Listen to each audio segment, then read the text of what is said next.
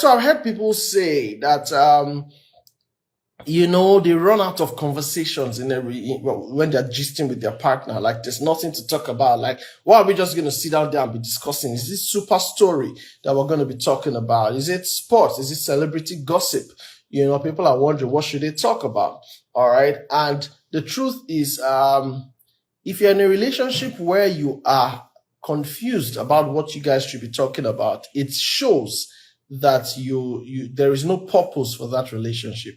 It shows that you and the person you're in the relationship with don't know what you're doing, and you guys don't have any definite purpose in mind, any productive, purpose in mind for that relationship. So it's possible you're just there for the feelings, you're just there for the gratifications, for somebody to hug and hold and kiss and feel good.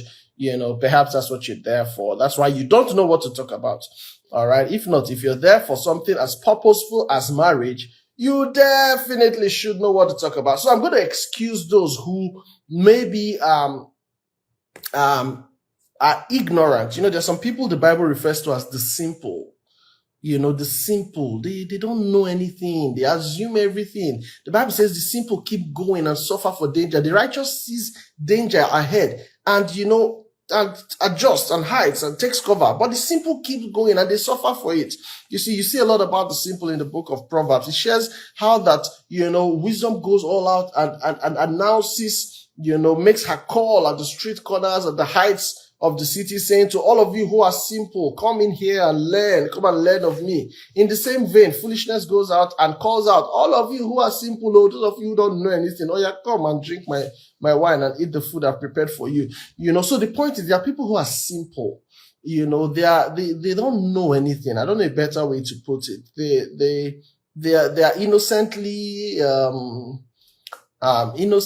ignorant, maybe IQ, EQ levels, I don't know, but there are people the Bible describes as simple.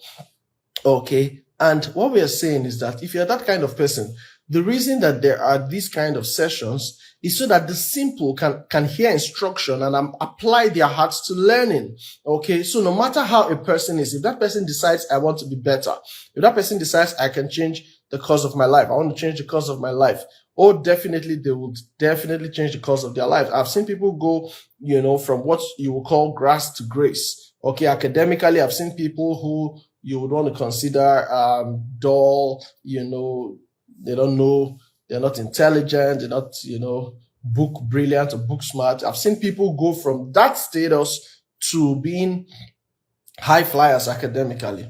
Okay. I've seen people go from the dunghill, from the rubbish heap, all right, to boards of blue chip firms, and I mean, there are several stories like that. My point is, people can actually change the course of their lives the moment they decide to, and your relationship is not left out. All right. So if you have had several failed relationships, you have been confused about relationship. In fact, your biggest fear in this world is relationship, because when you get into one, you just get so apprehensive. You don't even know what you're doing. You don't know what is right. You don't know what is wrong. Even if you are like that, I am saying that if you consistently listen to the words we share, to the wisdom that we spill out on this platform, on this broadcast series, okay, your life can definitely change. Your life can definitely change for the better.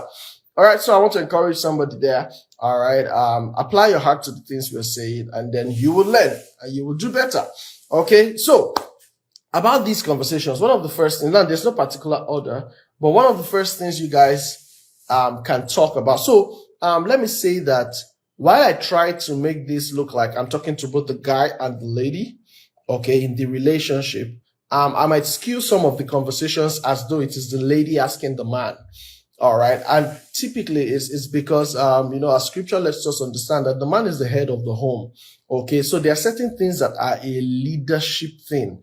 There are certain things that even if the woman has the idea or is poised in a particular direction, what would matter in the home is the direction that the man is facing, the orientation the man has, because the woman cannot achieve certain things on her own in the family. There has to be unity. There have to be unity of purpose and direction and oneness in spirit.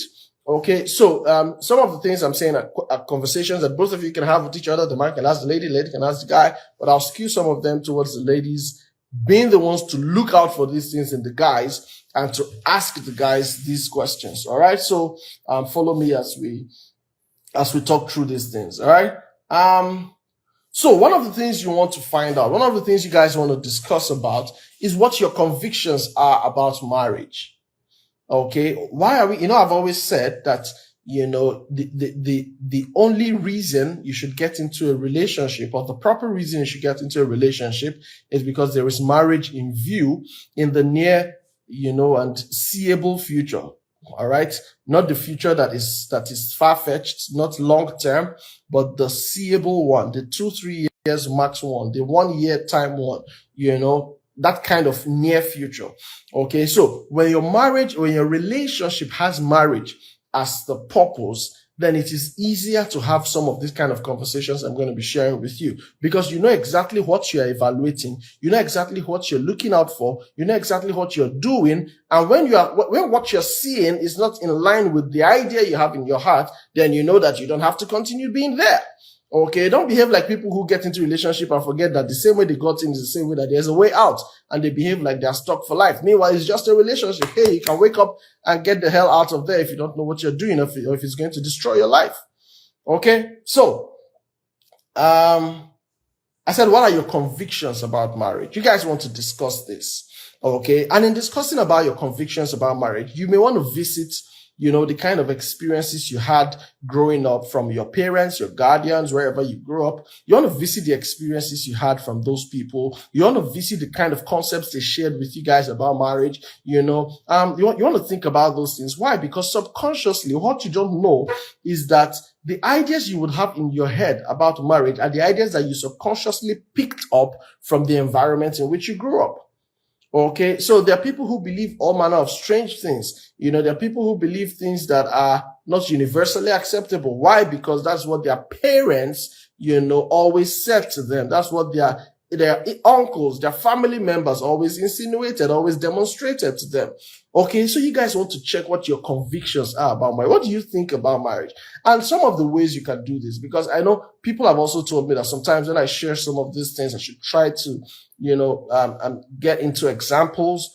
Sometimes, on set, examples can just disappear from your head. Sometimes it flows. All right. So, but the point is, I would like to tell people, learn the principles, because the examples can come in different ways, but at the end of the day, it is the principle you understand that will guide you, in knowing how to handle that particular issue. Because you're dealing with humans, there are no, how do you say it, one rule fits all, kind of thing. But there are principles that can guide different situations. And when you hold on to those principles, all right, irrespective of how the situation comes, you have a proper tool that you can apply, and you know exactly what to do. Okay, and the good thing with principles is that they are universal. They work today, they work tomorrow. They work in Africa, they work in Asia. They work in the Americas, they work in Europe. They work everywhere. Australia, Antarctica, they work everywhere. You understand? So it's important you learn the principles. So I'll say something that in discussing about, your convictions about marriage, that you should get into, what it was that you guys learned from your childhood, from the homes you grew up in, and I was saying that one of the ways you can even get into this kind of conversation is by leveraging on all of the marriage and divorce and heartbreak gists that happen online. Almost every week you're going to see a new post about somebody who got divorced, about a heartbreak, about a domestic abuse, so you can pick any of those stories and hear their opinion on it. What do they think happened here? What do they think was right from the guy's side? What do they think was right from the lady's side? What do they think was wrong from the guy's side or the lady's side?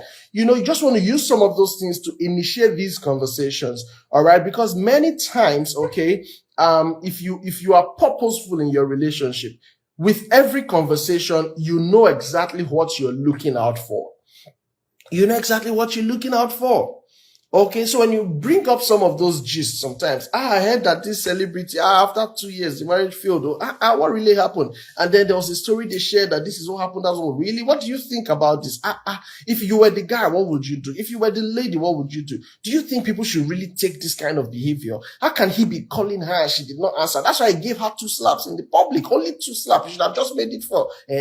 You see, you're sharing ideas. You're wondering, really? Is this the kind of person you are? When you call me and I don't answer you, you give me only 4 slaps in the public. Oh, wow. Okay. You see, you're finding out things by yourself. You see, those are ways you can deliberately navigate some of those conversations. Don't sit down and say, I don't know what to talk about. I don't know what to talk about. All right. There's a lot you can talk about. And when you're bringing up all of these G's, it's not just for the gossip value. Okay. Don't bring up these conversations just for gossip value. No, bring them up because you're trying to make a life decision. Okay, so if there are no fresh issues coming out in the media, dig up the old ones. What do you think about that? I read up yesterday that this happened. What do you think about this? What do you think about that? You guys need to talk about it because it's in those conversations that you're finding out what your real marriage convictions are. Okay, are you the kind of person who, for example, your concept about marriage is that marriage should be for life. You should be blissful. It should work. The person you're trying to get in a relationship with, are they the kind of persons who believe that, man, marriage is not do or die? In fact, just marry so that you can say you have a spouse and you can move on with your life and do other things. What if that's the kind of thinking that person has? Are you sure that you're going to make a good home with that kind of person? Okay. If you're the kind who says that, no, the word divorce should not even feature in my home. And then you're trying to get married to somebody who nobody in their family has stayed in their marriage more than 5 years, whose elder was 3 of them refused to even get married. One of them has had 6 marriages. If that's the kind of person, then you need to be concerned because, hey, like it or not, those are the things that have formed this person's mindset about marriage. So you want to check your convictions. What do they believe? All right. Are you guys in sync with these convictions? Listen, that's why I tell people that some of you might be good as friends. You might be, in fact, best of friends, very good friends. When it gets to marriage, you might just discover that in this matter, our friendship does not get to that point. Why? Because as friends, there are certain things you tolerate. There are certain things you really want to take.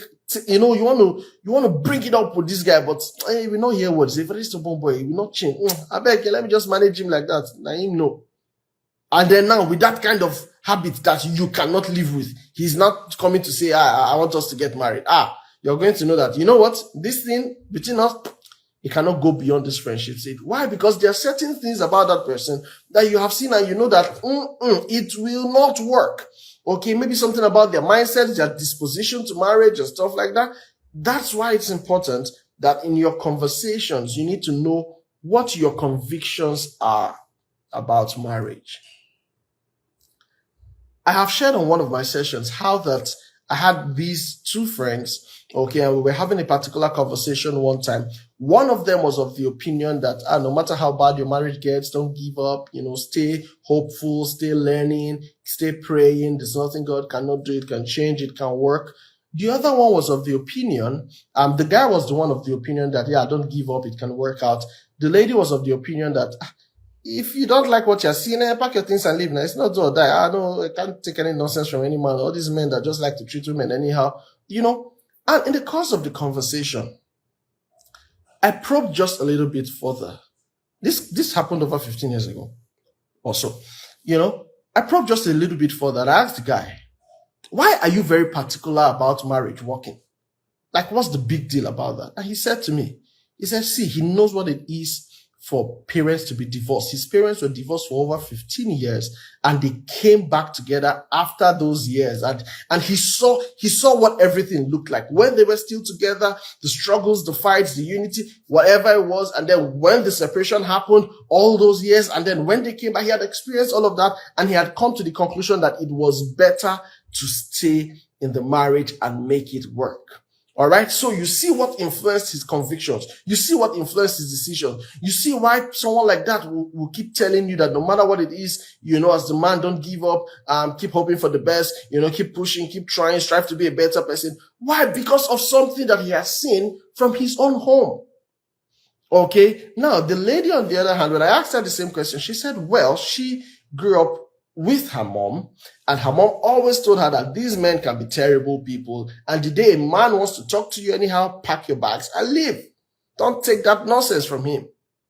You see? So at the end of the day, people end up growing up and implementing the ideas that have been subconsciously or consciously sowed as seeds in their consciousness, in their hearts, okay, as belief systems that they have embraced, and that forms their worldview about marriage. I've said so much about this. The summary is that you guys need to be sure of what your convictions are. If you discuss, and you see that this thing is not joining, or it's not meeting at any point, you people should wave yourselves goodbye and remain good friends. All right? But marriage, he will find somebody else. You too, you will find somebody else. All right? Now, that's good. So, another point, another conversation you guys want to have is what drives you? What drives you? What drives you? What keeps you going? What makes you look forward to living? What are your principles about life, about success? What vision are you running with? Okay, for your life. What are the things you're committed to? What is cooking in the future? When you sit here and look at your life the next 5 or 10 years, what are the ideas you want for yourself? I'm not saying that, you have planned it out. You may not be that effective and efficient that you have planned out 5 years, 10 years, 20 years, 50 years. Yeah, don't worry. Yeah, there are people who are like that, no problem. I'm not saying that you have done all that. I'm just saying, do you even have an idea of what you want to look like in the future? Do you have an idea of what your career, what your business, what's your passion, what's your calling, whatever it is that your hand has found to do? What vision do you have about that?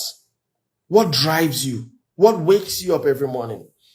There's an old African proverb that says every morning in Africa, the gazelle wakes up and it knows it has to outrun the fastest lion, or else it will be killed and used for lunch. In the same vein, the lion wakes up and says, hey, you know what? I have to outrun the slowest gazelle. If not, I'm going to stay hungry.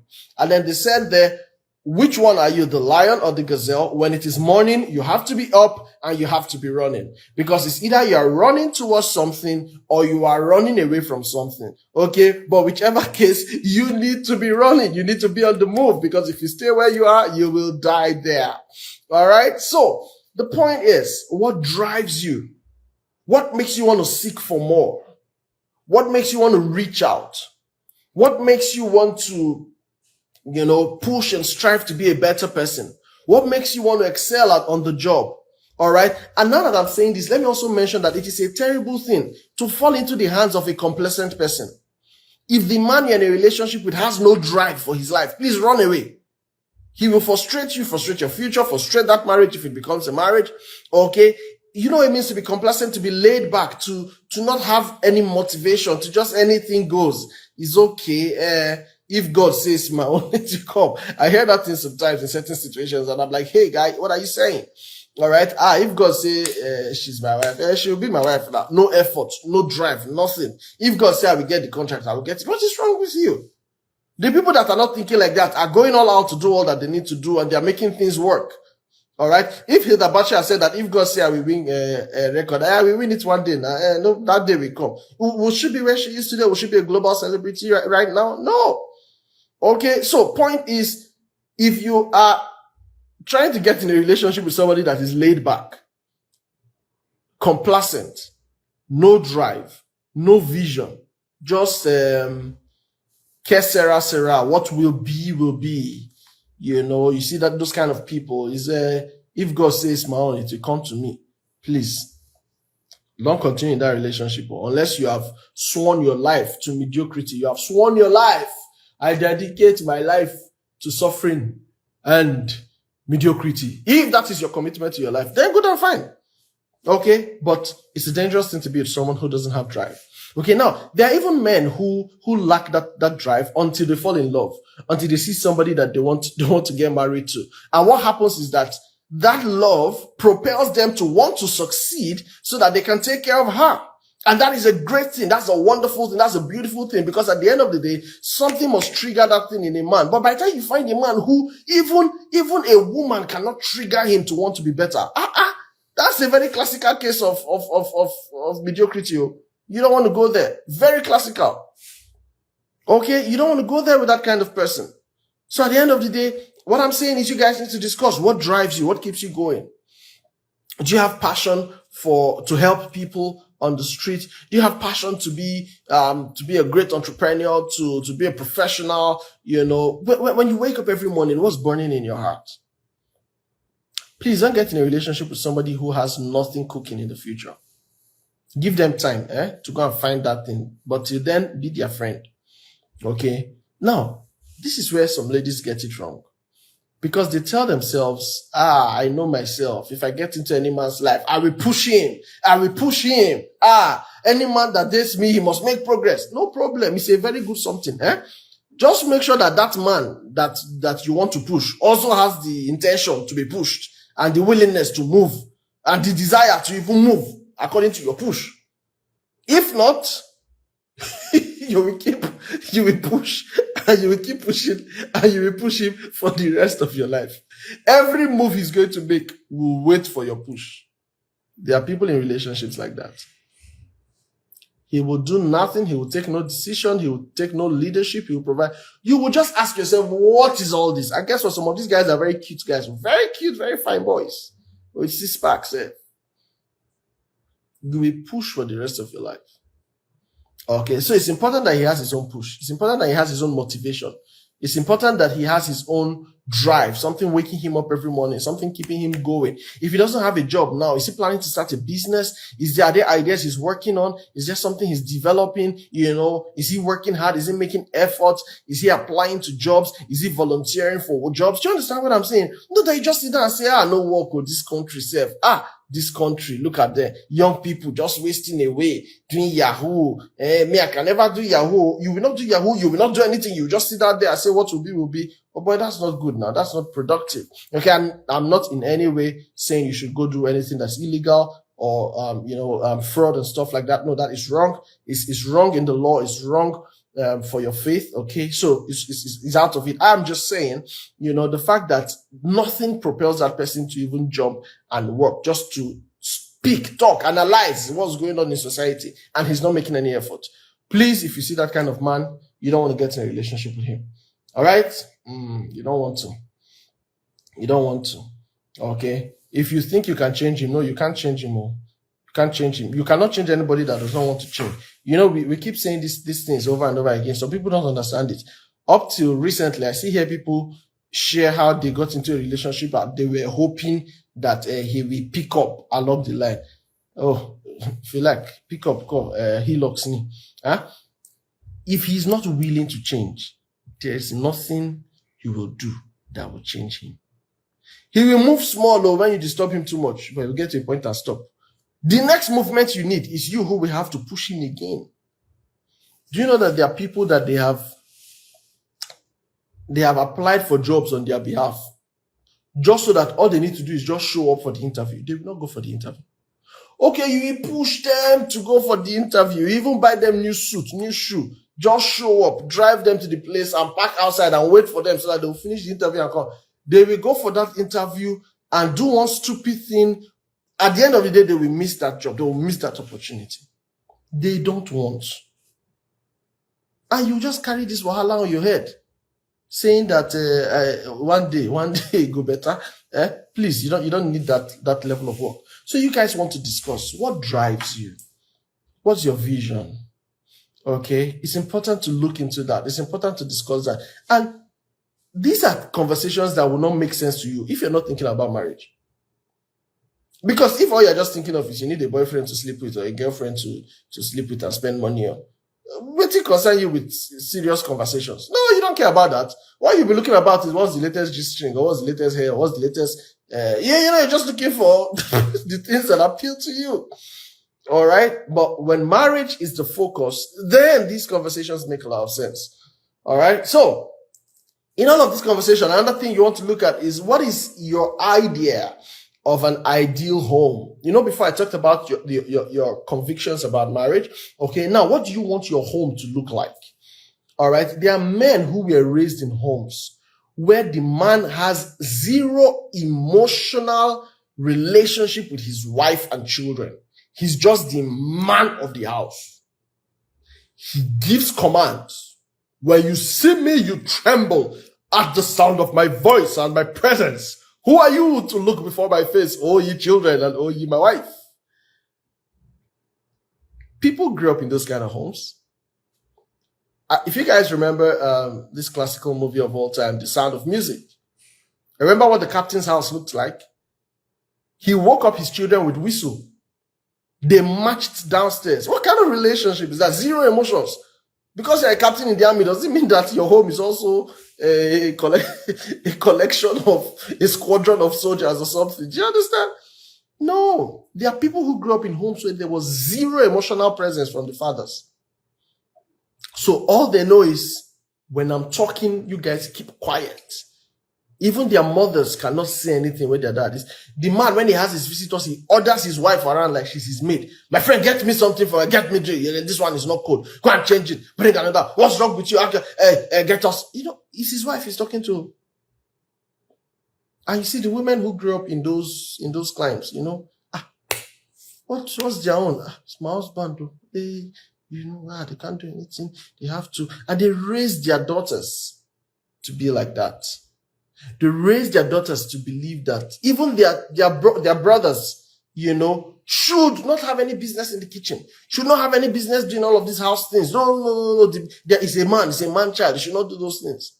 And at the end of the day, you see a lot of men, in society today who just have a warped idea of being men. A warped idea. They are at home, they are useless in the home front. All they know how to do is, I'm working, I provide money. I pay rent, I pay school fees. What more do you want me to do? They are absent emotionally from their wives and their children's lives. Okay, so you want to know what's your concept of an ideal home? Is yours the kind of house where once you horn at the gate, the children run into the room, everybody starts to pretend that they are sleeping because anyone that is awake will collect problem from your hand? Are you that kind of person who cannot communicate simply without shouting? Is that the kind of home you grew up in? Is that your concept of what the home should be like? Okay. If that is what you want to hold on to, no problem. That's for you. But please don't force another person that has a very healthy idea, of a blissful home. Don't force that kind of person into your own system. You see, there are men who believe that women are subjects to them. Their wives are subjects. Like, I'm talking, you're talking. What nonsense. They literally want women to lick their feet. There are men who think like that. Oga, if you're like that and you're hearing me, please, it's wrong. Okay? The person you're trying to treat like that is a human being like you, made in the image and likeness of God like you. Okay? If you want a slave, go and get one. But don't marry a wife and try to make her a slave. All right? Please don't do that. Now, let me not go too far. So what's your concept of an ideal home? You guys need to discuss it. All right? So says, I wish I could like your words 1,000,000 times. Say, yeah, thank you so much. Please, you can help me by even sharing it. Share the post. Let people see it. Let people listen to it. So you guys need to discuss on this and agree on what you want your home to be like. Many years before I was even in a relationship, I said to myself that I want my home to be the most pleasant place on earth for my family. And by the grace of God, that's what we're working to create. That's what we're creating, as a matter of fact. My home is a beautiful... I want to be at home with my family. And I said to myself a long time ago that at any point in time, if my job gets to the point where it's going to clash with my family, I will choose my family over my job. I decided it without thinking. without thinking. It was very clear. It was very clear. When I say without thinking, what I mean is I won't need to start processing, what if, what about? No. At the point where my work is going to clash directly with my family, I will pick my family over work. It was settled. And I won't want to go into some personal story at how I've implemented this in different ways, but I so have severally. Okay, why? Because there's an idea I have of what my home should look like. And great thing, the woman I married also shares in that idea. So we make the sacrifices together. We go on the drive together. We pursue the same purpose. Why? Because we are united in our concept of what the family, of what the home should be like. I hope somebody understands that. Annie, are you trying to get into live? Let me know if you want to get into live. If I see how to accept you, I'll accept you. Okay. Right. So, this is very, very important. Very important. Very important. Now, there are some people who will not be able to even share what they think an ideal home should be because they never experienced one. I remember the day, and this has happened multiple times, where some of my friends would accompany me to my house then, and they'll see how I relate with my dad. And maybe when I got into the house, we gave each other a hug. Hey, how are you? And we greeted with a hug. I remember on 2 different occasions, 2 of my friends have asked me, your dad hugs you? Like, what? You guys hug? Father, son? Like, how? And I'm like, oh yeah, we do. In fact, in my house, we greet with a hug. You can't greet with handshake or greet. Many years ago, I was still a child when I was walking the road with my dad, and there was a classmate of mine, a female classmate of mine. We were around the school. I think he came to pick me from school, so we were walking. And then a female classmate of mine was greeting me, but I was shy because I was with my father. Let him not see that girl is greeting me. That kind of thing where you're shy. But my father turned and told me, it's like that girl is greeting you. Do you know her? I said, oh yes, she's my classmate. He says, go and greet her. Because, I tried to wave back. He said, no, it's okay. Go and greet her. Give her a handshake. My dad taught me how to give a handshake to a lady who's a friend or who's an acquaintance. You see, I learned those things. And then when it's a family member and I'm giving a handshake, you say, how can you be shaking a family member? You guys give yourselves a hug. You see, so we grew up like that. No wonder I became a hugist at some point in my life. I hug everybody, friend and foe. I hug you and transform your life with a hug. Do you understand? All right. But because those things were taught me as values, as ways to show love, to connect with people. All right. So if that is my concept of an ideal home, and the person I'm trying to get married to does not believe in any show of emotion from a man, how can you do that? In fact, severally, my dad, if he does something wrong, he will tell you, I'm sorry. If he accused you of something and it turned out that he wasn't, he will tell you, I'm sorry. Like, hey, I grew up knowing that a man can tell his children, I'm sorry. So why should I not be able to apologize to my wife or to my children? Do you understand what I'm saying? So if that is my concept of an ideal home, why should I go and force somebody who believes the exact opposite into a lifetime with me? And then we start fighting every day. Instead, just try your best if she can, buy the same ideas with you. But if she can't have those ideas, then you find somebody else. And if you are the lady, it's even worse off because it's the man you're trying to now force into this kind of thinking. When in his own thinking, when I show up, all of you go down on your knees. When I walk into the house, you greet me kneeling down. You carry my handbag or what do you call my briefcase, and you set the table before me with freshly made food. And then when I'm done, I sit down, I'm watching the news, reading newspaper as I used to do those days, and you come pack the plates and all of those, no relationship. What kind of thing is that? I think I'm staying too long on this point, so it's not fair. I need to I need to move on. Okay. Children. Let's talk about children. Oh yes, you want to talk about children. How many children do you want? You have to agree. Oh, if the man is from a family of 12 and he believes that, to show that you are hardworking as a man, you should born a lot. And his plan is to manage just 8. And then you, the lady, you say, it's only 2 I want to. You people have to discuss these things.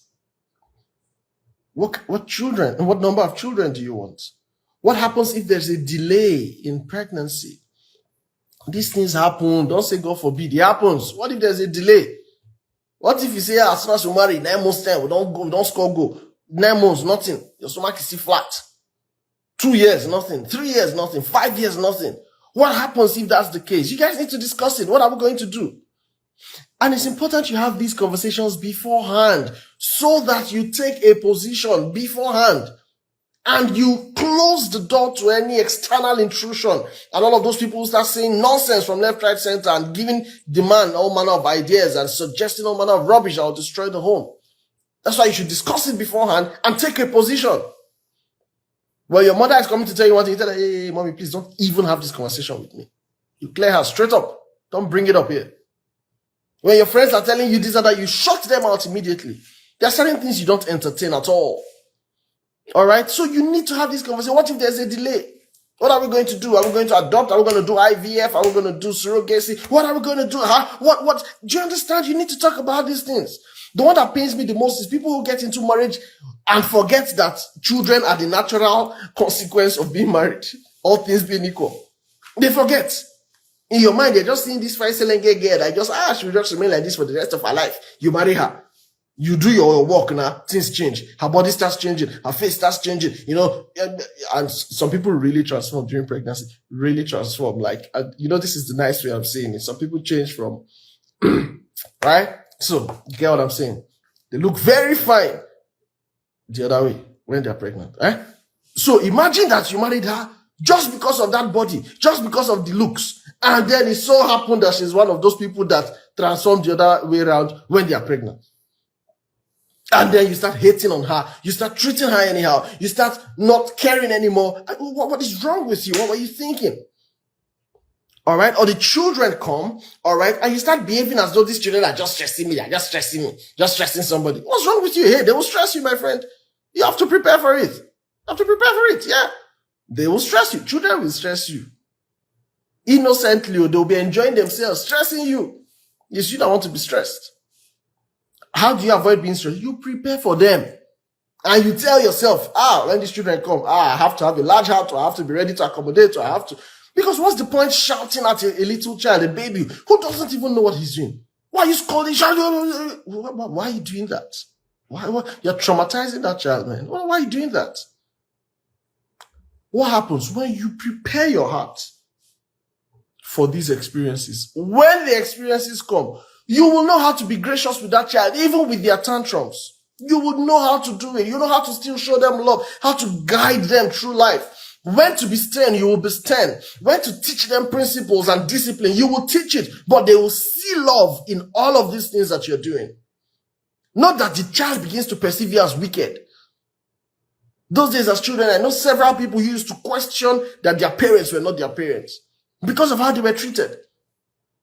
Why is my dad wicked? Why does this man want to kill me? I cannot wait to run away from this house. Because in the man's mind, he's trying to train his children to be a man, to be a man. And what the child is seeing is that this man is very, very wicked. He wants to kill me. I will run away from here. Do you understand? So you guys need to talk about children. What are your plans? How many do you plan to accommodate? Do you even want them? I've heard people say that they don't want children for a while. First 3 years, we don't want children. The first 5 years, we don't want, I want to enjoy my wife. I want to enjoy my husband. There are people who have those plans. It's okay too. Do you understand? What's important is that you guys agree on what you want. There are people who say, you know what, for certain medical reasons or whatever it is, they don't even want the woman to go through that problem, that stress, that's the stress of pregnancy, and they'll rather just adopt children from the beginning. There are people who have those agreements among themselves. All right? So, you need to discuss it. It pains me how people get into marriage based on assumptions. You just assume we will be fine. Everything will be okay. He's not committed in the relationship. He cheats. He's abusive. But when we marry, he will not calm down. What can't you? Let me edit what I wanted to say. Can't you see that something is fundamentally wrong with your reasoning? He will get better from where? How? How will he change? You are in a relationship, he's threatening to slap you, or even slap you just small. Then you say, when we now marry, he will not calm down. What are you saying to yourself? What are you saying? Okay, so that's the conversation about children. Let me not even deviate too much.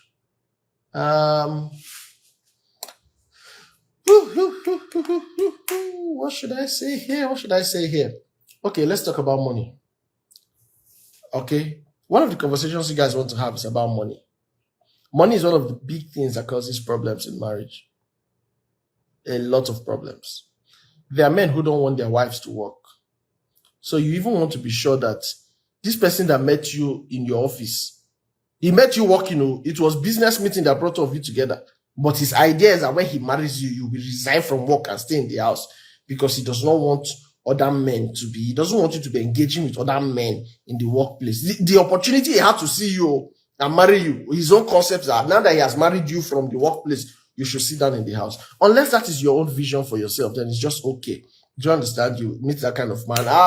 You have married yourself into retirement from work. No problem. Congratulations to you. But if you're someone who has ambition, who has vision, who has goals, dreams, professional, aspirations, then you guys want to discuss so. Because there are men who will tell you, sit down in the house, I bring all the money, I take care of you, you do nothing. That is one of the recipes for an abusive marriage. One of the recipes. Okay? So you guys want to discuss. Who will be bringing in the money? Is it me? Is it you? Is it both of us? The money we're bringing in, how do we intend to spend it? It's our money. Please take note. It's our money. The money that both the man and the woman are bringing in are for the family.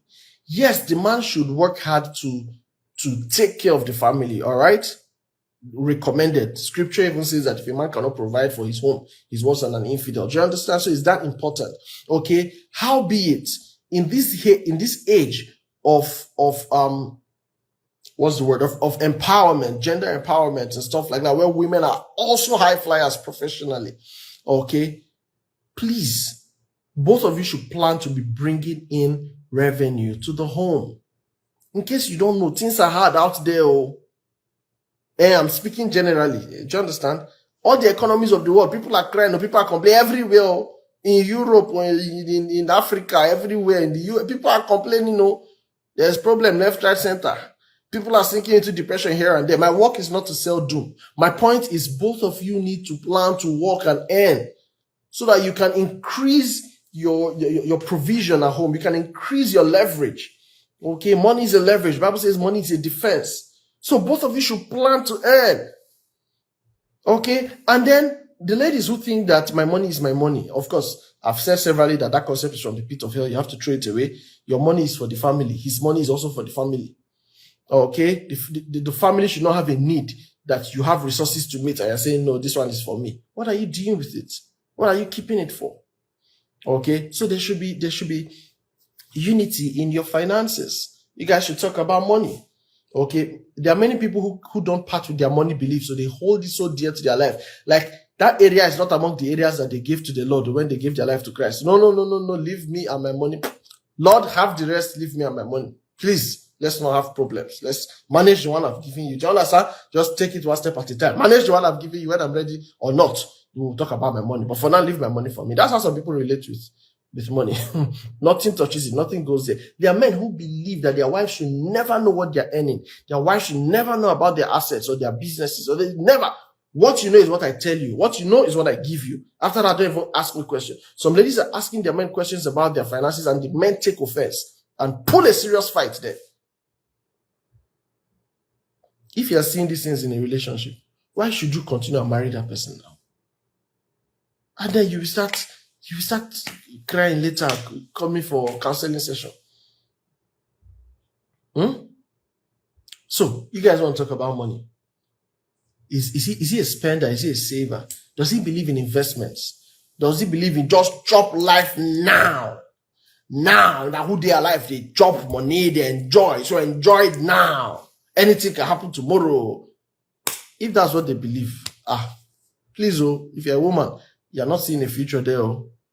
Okay, yes, enjoy yourselves, but also be futuristic. All right, be futuristic. Think about tomorrow. A woman will naturally want to be secure. She would naturally want to be sure that there's provision for tomorrow, that there's provision for her children. Okay, so women, if you're hanging out with that kind of man and all he believes is chop it now, chop hard, how did they say it? Work hard, spend hard, flex. Once the money comes, you finish it. You are paid salary on Friday. That Friday, you finish it in the club. Because this life, they say YOLO, YOLO. You only live once. Flex. If that is the one you say you want to marry, no need for all night, no need for prayer meeting, no need for early morning prayer session on top his head. Leave him. Use your prayers to look for somebody else, but leave that particular one because you're taking yourself into a lifetime of problems. My time is almost up. Another very important thing, there's several things I could say here. I'll most likely have to continue this next week. Okay. Let me talk about this one. There are many things I could say. All right. But let me just jump and talk about this one. I hope I take note of the ones I've shared so I don't forget. All right. So one of the things in this day and age, especially if you're in Nigeria, one of the things you want to talk about is Jackpa or say Jackpa. Jackpa. You people want to discuss it too. Does he have plans? Does she have plans? Or are you together united in staying where you are? Okay. I'm saying this because there are people in relationship with people that they don't know that next month he's going to leave them and travel to another country. When you now ask him what happened, you say it's a miracle. It's God that just did it. In fact, I can never explain to you. It happened suddenly. Discuss about Japan plans. So is he thinking it? Is she thinking it? There are people who have resolved in their hearts that their future will only make sense if they leave their country. If that is the kind of person in a relationship, you want to discuss. So if you are planning that I have passion for Nigeria, we will fix this here, we'll change it here. Why the other one is saying that, please, anything that takes me out, I'm not coming back. Do you understand? You guys need to be sure you're on the same page. So you need to talk about it. All right. What are your plans? Do you plan to relocate? Do you plan to go for masters? Do you plan to look for jobs in other countries? Do you understand? You guys need to talk about it or talk about Jackpa. What are your Jackpa plans? Oh, for international audience, Jackpa is a term in Nigeria that means to leave your country, for in search of greener pastures in some more developed countries. All right. So, global migration, basically, that's what English people call it. Okay. So you guys need to talk about global migration. Are there better opportunities elsewhere that you think you want to pursue? Are there reasons why you think you want to leave where you guys met, where you stay? You guys want to talk about it and you guys want to be on the same page. Okay. You see why these conversations are very important, because before you're loving somebody that has in the person's future plan, you're not there. You're not there. You think you people, you're even planning marriage. It's just looking at you. Next 2 weeks now, we send you one message. Oh, my dear. Oh, that's how suddenly I got visa and traveled. Suddenly. Wow. Or the man will be there saying her number is not going through again. Her number is not going through. The next thing we hear that she has married one man in Germany. Yeah, and you're wondering how, when, where. They have go. So please, you guys want to talk about it. And be sure that you guys are on the same page. Why am I seeing so much thumbs up and likes in this part? Is this is this for the entire session, or is it only for this Jackpot point I'm making? Because these likes are very plenty. All right. Okay, so I'll stop here for now. There's several things, like I keep saying, the list is non-exhaustive. Okay, there are several things that I could also share, but let me stop here for now because of our time. Please, if you have not seen my book, The Relationship Red Flags, if you've not bought it, if you've not read it, I want to encourage you. I thought I would get myself a copy to show you. I forgot to do that. My bad. Okay, so maybe in the next session I'll be showing the book, yeah? But please get my book, Relationship Red Flags. It will help you a whole lot. There's a lot you guys will glean and learn from it. All right, so what else do I want to say? Check out my website, coachmacy.com. All our services are there. Counseling, premarital counseling, pre-wedding counseling, premarital coaching, pre-wedding counseling. I like to separate them. Okay, the premarital coaching is the one that I've been talking about for the past 2 weeks. you just want to learn, you just want to improve yourself, you just want to, all right. While the pre-wedding one is that you already have somebody you want to get married to, but before the wedding, you want to go through proper counseling. Okay. So you also want to do that. You can have consultative sessions. You can join my mentorship hub, so just go on the website and you see all those information, or check the link in my link tree. Okay. And you see all of those information. All right. I think I need to stop now. God bless you guys. Thank you for staying with me. Thank you for tuning in. Please help spread the word. A lot of people are yet to join us here on Facebook, but please help spread the word. All right. I could use your own effort too and support in putting more word out there. God bless you guys. See you again same time next week. Till then, keep living deliberately and purposefully in your relationship. Please always consult, ask questions, all right, where you're not clear on anything. Follow all our handles if you don't already do that, and then go on YouTube too, and please subscribe to our channel there. God bless you guys. See you later. And have a wonderful, wonderful rest of the week. Once again, congratulations to Hilda Bassi for making us proud. All right. God bless you guys. Bye for now.